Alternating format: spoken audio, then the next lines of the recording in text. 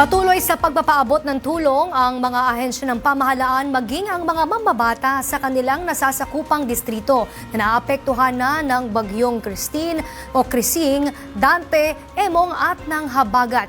Nagsagawa na rin ng preemptive at forced evacuation sa ilang rehiyon sa bansa. Ang buong detalye ihahatid sa atin ni Kate Renya.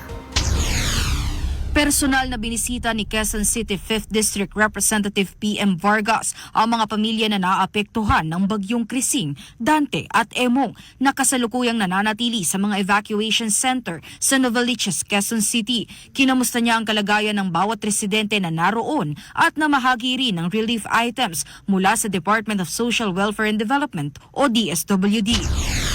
Samantala, nakapamahagi na ang DSWD Field Office NCR ng mahigit 60,000 food packs sa mga pamilyang binahas sa Metro Manila.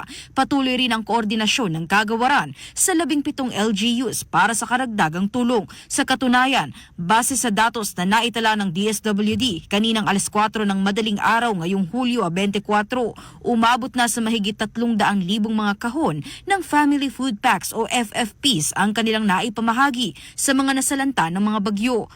Kabilang dito ang National Capital Region o NCR at mga rehiyon ng Ilocos, Cagayan Valley, Central Luzon, Calabarzon, Mimaropa, Bicol, Western Visayas, Central Visayas, Eastern Visayas, Zamboanga Peninsula, Northern Mindanao at Davao Region.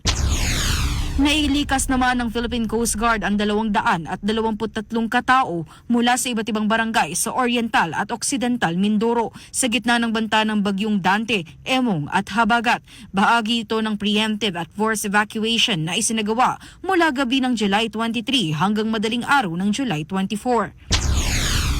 Nakahanda na rin ang 1,000 ready-to-eat food packs sa Port Management Office Marinduque, Quezon bilang ayuda sa mga pasaherong maaaring na-stranded dahil sa patuloy na pag-ulan. Ang hakbang na ito ay bahagi ng kasunduan ng Philippine Ports Authority o PPA at DSWD. Ligtas na nakaimbak sa Port Operations Building ang mga food packs at handang ipamahagi sa oras ng pangangailangan. Para sa totoong balita sa Bagong Pilipinas, Kate Renya, Congress News.